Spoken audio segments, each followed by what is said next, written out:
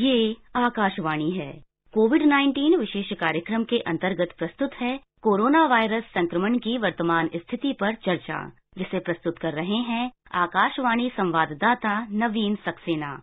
इस कार्यक्रम में आमंत्रित स्वास्थ्य विशेषज्ञ हैं डॉक्टर तनुजा मनोज नेसरी।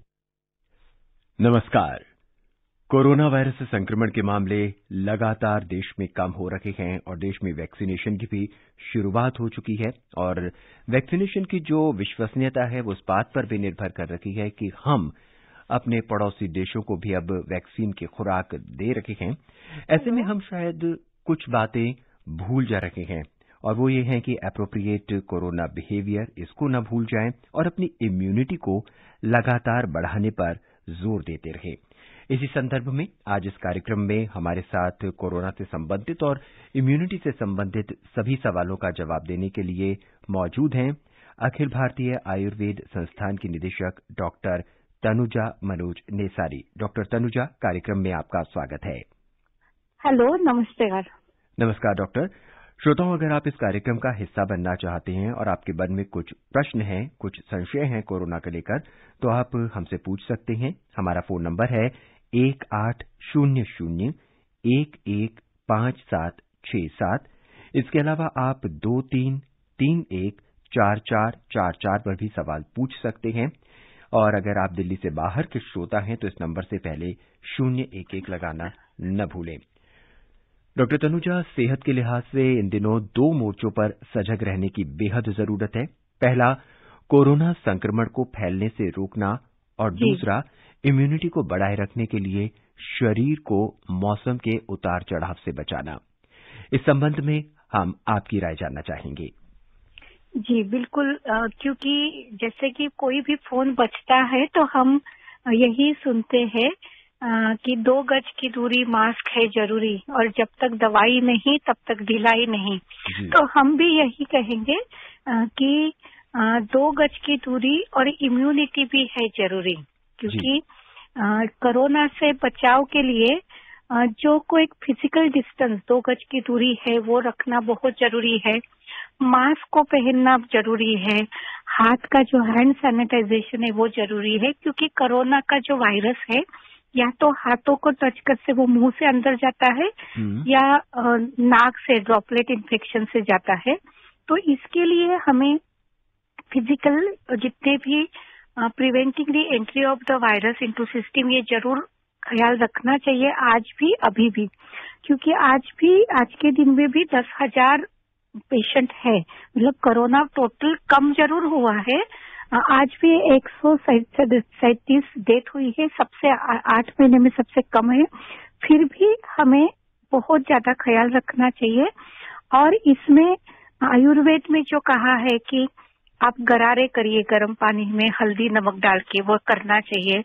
नाक में नेजल ड्रॉप्स, जो ऑयल, कोई भी नाक में अणु तेल है या तेल, कोई भी तेल है, सरसों का या तिल तेल या कोकोनट ऑयल या घी लगाना चाहिए, जिससे वायरस का नाक की जो अंदर की जो त्वचा है, नेजल एपिथेलियम, इससे संपर्क नहीं आता, वो फिजिकली हम प्रिवेंट कर सकते हैं।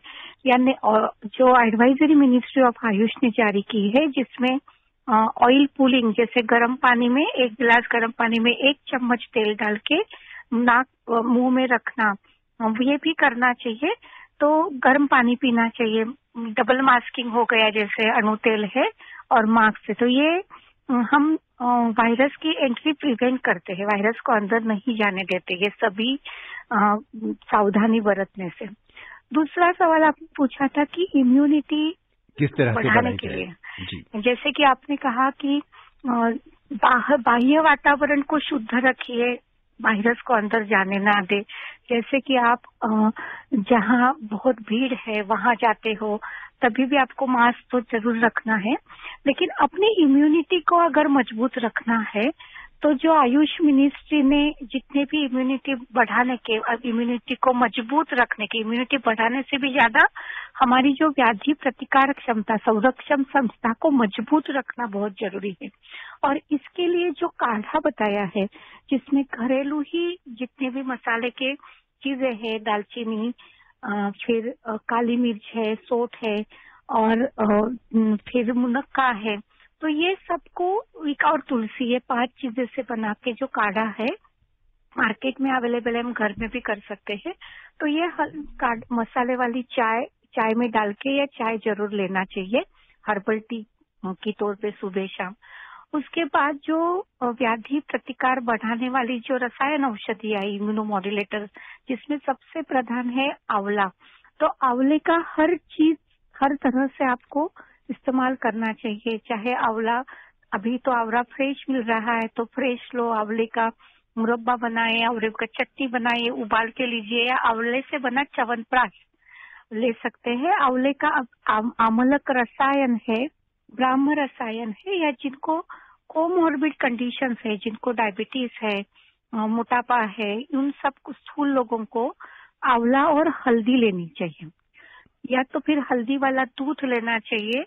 जिससे गिलोय ऐसी चीज है कि जो डेली हर कोई किसी भी मिजाज का, किसी भी प्रकृति का और किसी भी उम्र का व्यक्ति ले सकता है, और वो व्याधि प्रतिरोधक क्षमता को मजबूत बनाती है। उसका नाम ही अमृता है, संस्कृत में उसको गुडुचि कहते हैं। तो वो गुडुचि वटी, अमृतावटी या संशमनी वटी या इस नाम से बाजार में अवेलेबल है, तो वो लेनी चाहिए। या आप मुलेठी ले सकते हैं, अश्वगंधा ले सकते हैं, तो ऐसे शतावरी ले सकते, कई सारी चीजें हैं। हेलो जी हाँ, मैं सुन रही हूँ डॉक्टर। तो ये सारी चीजों में से जो आपको अवेलेबल है और आपके प्रकृति के अनुसार कुछ ना कुछ, जिसको हर्बल सप्लीमेंट्स कहे या डेली हर्बल हेल्थ प्रमोटर्स कहे, तो उसको लेना बहुत जरूरी है। इसको हम इम्यूनोमॉड्यूलेटर्स कहते हैं। और एक चीज हम जरूर कहना चाहेंगे कि कोरोना में साइटोकाइन स्टॉर्म होता है। मतलब जैसे कि घर में चूहा घुस गया और हम बंदूक से अगर उसको मारना चाहेंगे, तो हमारे शरीर में भी जैसे कोरोना का वायरस को देखते हुए शरीर एक अतिरेकी आया, ऐसे इतनी बहुत हाइपर स्टिमुलेशन हो जाती है हमारी इम्यूनिटी, और इसीलिए बाकी हमारे शरीर के बाकी जो इम्पोर्टेंट अवयव है, ऑर्गन्स है, उन्हीं को ही क्षति होती है। हार्ट, लंग, इसीलिए अचानक से हार्ट अटैक होना, ऐसी चीजें हो जाती हैं।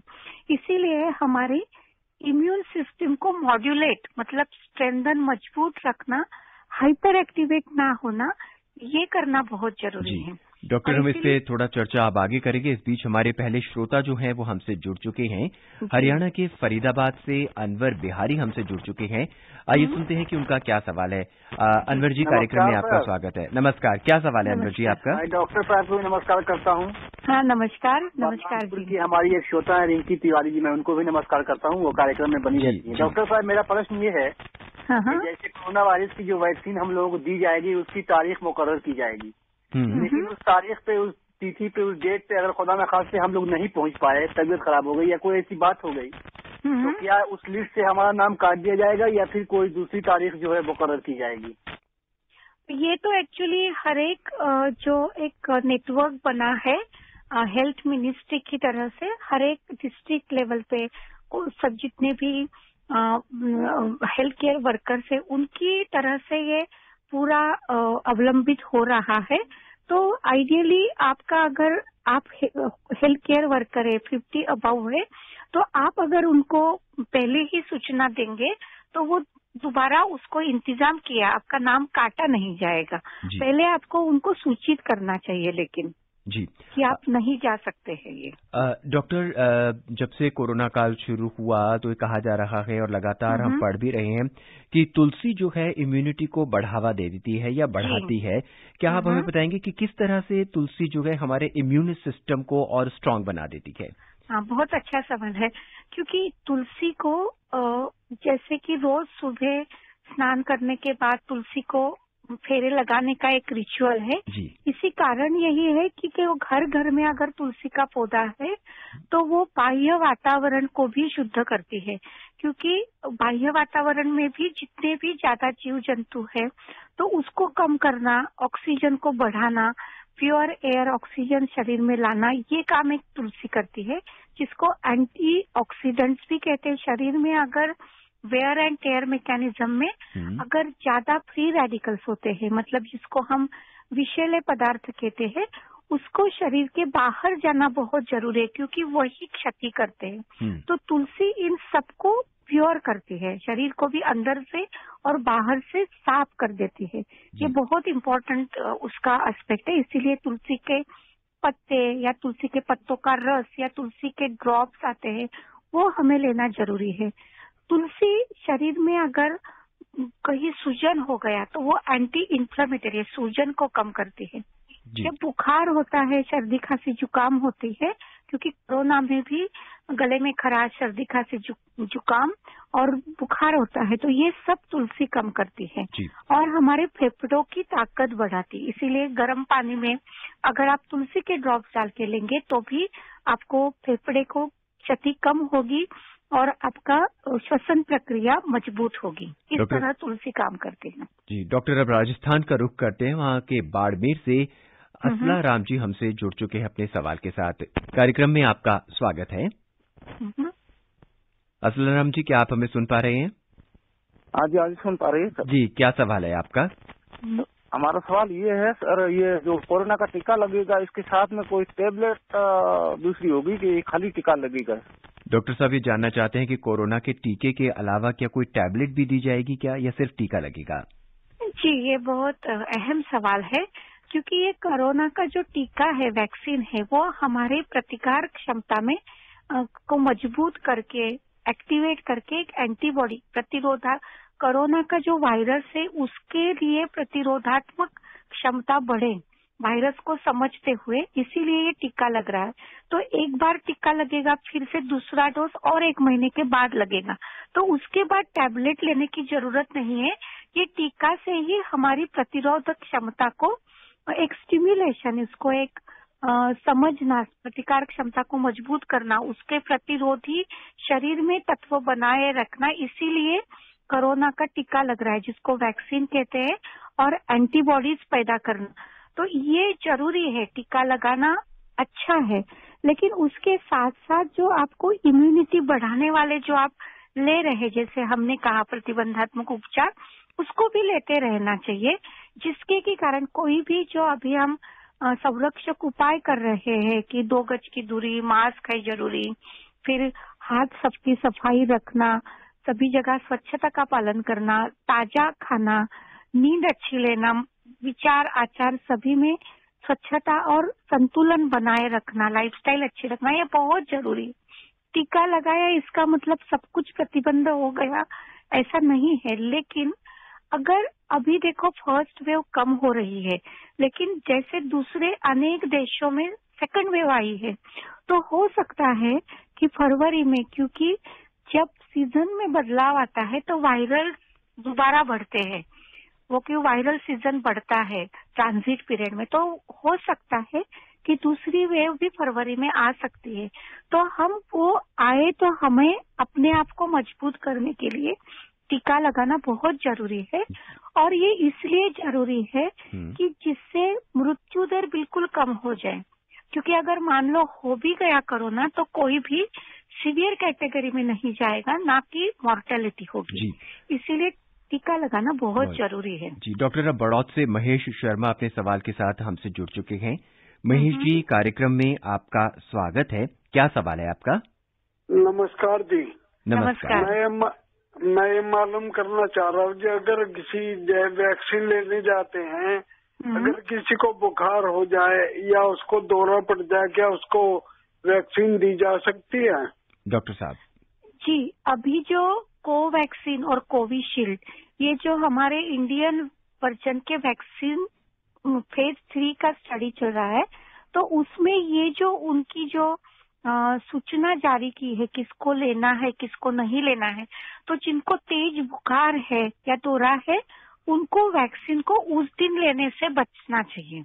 वो कम होने के बाद डॉक्टर की सलाह के अनुसार आप फिर टीका लगाना सोच सकते हैं, लेकिन जिनको बहुत तेज बुखार है उनको तुरंत वैक्सीन नहीं लेना चाहिए उस दिन में।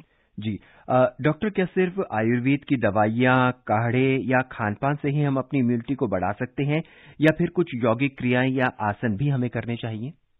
हाँ, ये बहुत अच्छा सवाल है आपका, क्योंकि ये एक हमारा जो हर एक व्यक्ति है वो एक मन, आत्मा और शरीर, मतलब मेंटल, फिजिकल और स्पिरिचुअल वेलनेस है कि से बना, मतलब तीनों से बना है और तीनों वेलनेस बहुत जरूरी है। तो हम यही कहते हैं कि ये एक होलिस्टिक ओवरऑल सबकी इम्यूनिटी बढ़ाना बहुत जरूरी है। इसीलिए आयुर्वेद के साथ साथ योग भी करना चाहिए जी। मतलब एक हमारी दैनंदिनी में अच्छा बदलाव लाना चाहिए, संतुलित होना चाहिए, आहार संतुलित होना चाहिए, इम्यूनिटी बढ़ानी चाहिए, इम्यूनोमोड्यूलेटर्स लेने चाहिए। लेकिन उसके साथ साथ अगर रोज आप 30 मिनट तक योग करते हैं, प्राणायाम करते हैं, थोड़ा चलते हैं और रिलैक्सेशन करते हैं, तो आप मानसिक और स्पिरिचुअल लेवल पे आप अपने आप को सक्षम और मजबूत समझते हो। इसीलिए योग को करना बहुत ही जरूरी है। वो आपके रेस्पिरेटरी सिस्टम को भी मजबूत रखती है। इसीलिए हम all India institute of Ayurveda में भी आयुर्योग नाम का हमने उपक्रम चलाया है और जिसमें हम हर किसी को 30 मिनट तक योगा जरूर करते हैं। हेल्थ केयर वर्कर्स भी करते हैं, हर पेशेंट योग करता है। हमारे सभी कर्मियों को हम योगा कराते हैं, जिससे हम अपने आप को और मजबूत समझ रहे हैं और हम कोरोना का प्रमाण बहुत कम हो गया है। यानी अगर कोरोना से जंग लड़नी है तो डॉक्टर शारीरिक रूप के साथ साथ मानसिक रूप से भी स्वस्थ रहना बहुत जरूरी है। बहुत जरूरी है, बिल्कुल। आइए पंजाब चलते हैं। पंजाब से श्रवण कुमार हमसे जुड़ चुके हैं अपने सवाल के साथ। श्रवण जी, क्या पूछना चाहते हैं आप? हेलो जी, नमस्कार जी। नमस्कार। हाँ जी, मैडम जी को नमस्कार जी। नमस्कार। नमस्कार जी, आपको नमस्कार। हाँ जी, सवाल ये मेरा है जी, हमने पहले परसों पेपर में पढ़ा था, ये हेल्थ वर्कर है जो भी कोरोना की वैक्सीन लेने से डर रहे हैं, तो इसका आम जनता पर क्या असर पड़ेगा? जी डॉक्टर, इसके अलावा कुछ लोग ऐसे भी हैं जो इसलिए डर रहे हैं कोरोना की वैक्सीन लेने से कि कहीं मुझे इसके और कुछ साइड इफेक्ट्स ना हो जाएं, और अगर मैं पीड़ित नहीं हूं, क्या पता मैं इससे वैक्सीन लेने से ही पीड़ित हो जाऊं, ये भी डर है लोगों में। नहीं, ये मतलब ये डर, इसमें डरने की जरूरत नहीं है, क्योंकि वैक्सीन ये एक डेड वायरस से बना हुआ है और ये एक प्रोटीन स्पाइक है, इससे बना है, जो हमारे इंडियन वर्जन के है। तो इससे ऐसा बिल्कुल होगा नहीं कि ये लेने से कोरोना किसी को होगा। इनफैक्ट हम जो वैक्सीन लेते हैं, कोई भी, आज तो 26 वैक्सीन है, हम जितने भी छोटे बच्चों को वैक्सीन टीका लगाते हैं, पोलियो का, डिप्थीरिया का, कई सारे प्रकार के वैक्सीन है। तो ऐसा ही ये वैक्सीन है और ये लगाने से हमारे शरीर में प्रतिरोधक क्षमता को मजबूत करेंगे और हमारा शरीर हमारा अंदर से इस वायरस को समझेगा और उसके प्रतिरोधक तत्व पहले से ही जारी होंगे, तो वायरस अंदर जाएगा नहीं। तो प्रिवेंशन के लिए टीका लगाना बहुत जरूरी है। डरने की बिल्कुल जरूर नहीं, क्योंकि कोई भी चीज नहीं होती है तो हर कोई डरता है। 99% ये अच्छा है, तो आपको डरने की जरूरत नहीं, लेना चाहिए। आकाशवाणी के समाचार सेवा प्रभाग के माध्यम से आप सुन रहे हैं फोन इन कार्यक्रम कोरोना जागरूकता श्रृंखला के अंतर्गत कोरोना वायरस से संक्रमण की वर्तमान स्थिति पर चर्चा। और आज हमारे साथ हैं आपके सवालों का जवाब देने के लिए अखिल भारतीय आयुर्वेद संस्थान की निदेशक डॉक्टर तनुजा मनोज नेसरी। अगर आप इस कार्यक्रम का हिस्सा बनना चाहते हैं तो आप फोन कर सकते हैं 1800-115767 पर। इसके अलावा 23314444 पर भी आप सवाल पूछ सकते हैं। दिल्ली के बाहर के श्रोता हैं तो इस फोन नंबर से पहले 011 लगाना न भूलें। आइए अब उत्तर प्रदेश के बलरामपुर चलते हैं, जहां से रिंकी तिवारी अपने सवाल के साथ हमसे जुड़ चुकी हैं। रिंकी जी, कार्यक्रम में आपका स्वागत है। स्वागत के लिए नवीन सर आपको बहुत बहुत धन्यवाद। नवीन सर नमस्कार। नमस्कार। और डॉक्टर मैम को मेरा नमस्कार। नमस्कार। नमस्कार जी। इससे पहले मैं आपसे क्वेश्चन पूछूं, मैं पहले अनवर सर को बहुत बहुत धन्यवाद देती हूँ, उन्हें नमस्कार भी करती हूँ। सर मेरा 2 क्वेश्चन है। पहला क्वेश्चन जो है सर वो है ये कि जैसे एलोवेरा लगाया जाता है, तो सर एलोवेरा कहते हैं लगाया भी जाता है और खाया भी जाता है, तो सर हमारी इम्यूनिटी कितना मतलब फायदेमंद है? दूसरा सर सब कहते हैं नीम की पत्ती यदि खाया जाए तो बुखार जो होता है उसे खत्म कर देता है, कहाँ तक सत्य है? धन्यवाद सर। डॉक्टर साहब, इनके 2 प्रश्न हैं। एलोवेरा के लाभ के बारे में जानना चाहते हैं और नीम की पत्ती के बारे में जानना चाहते हैं, जो उन्होंने पूछा कि किससे बुखार कम हो जाता है। बहुत अच्छा सवाल पूछा है बहन जी ने, क्योंकि अभी हम ये जरूर कहना चाहिए कि एलोवेरा, इसका संस्कृत में नाम कुमारी है। इसका मतलब ही वो अपना शरीर के हर एक सेल को वो ताजा तवाना रखती है। तो जैसे कि पैर के नाखून से बाल के सर के बाल तक हर किसी अवयव के लिए वो बहुत अच्छा है। तो सबसे पहले वो बाहर से लगाएं तो त्वचा मुलायम रहती है, बालों को लगाए तो कंडीशन होता है। लेकिन पेट में अगर रोज सुबह 1 चम्मच एलोवेरा का जूस हल्दी के साथ लिया तो शरीर के अंदर की हर कोई सूजन, इन्फ्लेमेशन, क्योंकि कोरोना में भी इन्फ्लेमेशन ज्यादा होता है, इसीलिए उसको सूजन को वो कम करती है। लीवर को वो ताकत देती है। फेफड़े की जो सूजन, जिसको हम न्यूमोनाइटिस कहते हैं, हार्ट के सूजन को मायोकार्डाइटिस कहते हैं, पेट की सूजन को जिसको गैस्ट्राइटिस कहते हैं, तो ये सभी सूजन कम करता है। जोड़ों को, जिसको जटगठिया कहते हैं, उसको आर्थराइटिस कहते हैं, ये सभी सूजन ये कम करती है। तो 1 चम्मच एलोवेरा जूस हल्दी, 1 चुटकी पर हल्दी के साथ सुबह लिया, उसके ऊपर गर्म पानी पिया तो वो हमारी पाचन क्षमता को भी अच्छा करती है। और जिनको कॉन्स्टिपेशन है वो उनके लिए भी ये एक बहुत अच्छा तोड़ है। राजस्थान के डॉक्टर, अब राजस्थान के जयपुर चलते हैं, वहाँ से रामू यादव काफी देर से हमारे साथ लाइन पे हैं। रामू जी, कार्यक्रम में आपका स्वागत है। हेलो। हाँ साहब। रामू जी, कार्यक्रम में आपका स्वागत है। क्या सवाल पूछना चाहते हैं आप? जय सिया राम साहब। जी, जय सिया राम जी, नमस्कार। डॉक्टर जी जय सिया राम। मेरी उम्र 83 साल की है और मैं नेत्रहीन हूँ। जी, कहिए। तो हम लोगों को टीका कैसे लगेगा? हम लोगों को दिखाई तो देता नहीं है। हम लोगों के पास मैसेज आएगा, हम लोगों को दिखाई नहीं देगा, हमको कैसे पता लगेगा कि टीका आपको लगेगा? डॉक्टर, हमारी उम्र तो है अंधे आदमी, ब्लाइंड। जी, आपकी अगर सूचना कहीं नियर बाय हॉस्पिटल, सरकारी हॉस्पिटल में आपकी सूचना है, हेल्थ केयर वर्कर है, तो वो आपको जरूर मदद करेगी टीका लगाने के लिए, आपको करेगी। आपको नहीं भी दिखाई देता है तो भी आपकी अगर हेल्थ की सूचना है तो आपके पास जरूर टीका लगाने की व्यवस्था हो जाएगी। और उसके साथ साथ जो पहला सवाल जो था नीम का, ये श्रोताओं को मैं जरूर कहना चाहूंगी कि ये अभी जो फरवरी का महीना है उसमें नीम के पत्ते और उसकी बनी चटनी जरूर लेनी चाहिए।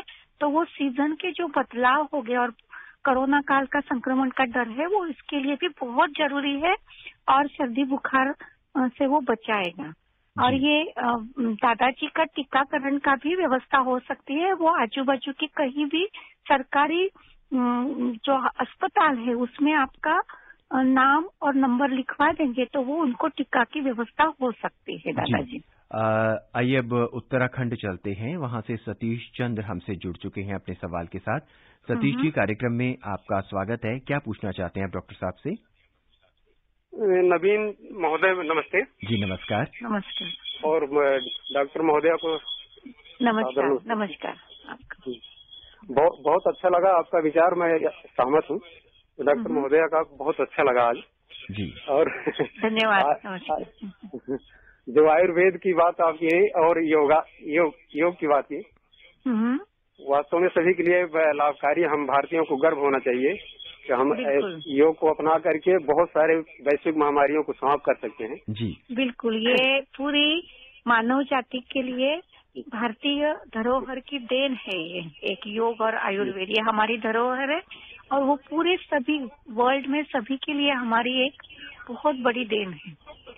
जी, सतीश जी, सवाल क्या है आपका? डॉक्टर महोदय, मैं जैसे जो रोग प्रतिरोधक क्षमता को क्या ये कम करने के लिए, क्या जैसे मिलावटी खाद्य पदार्थ और एक्सपायरी डेट वाले खाद्य पदार्थ क्या रोग प्रतिरोधक क्षमता को कम करते हैं? जी, ये बिल्कुल सही है, क्योंकि जितनी भी मिलावटी हो, कहीं दूध के पदार्थों में मिलावट है या कलर डालते हैं या बाहर का खाना बहुत मिलावटी होता है, पेस्टिसाइड्स बहुत होते हैं, सब्जियों में फलों में कलर किया जाता है, तो ये सभी टॉक्सिन शरीर में जाने से सबसे ज्यादा अटैक वो हमारी रोग प्रतिकार क्षमता को करते हैं।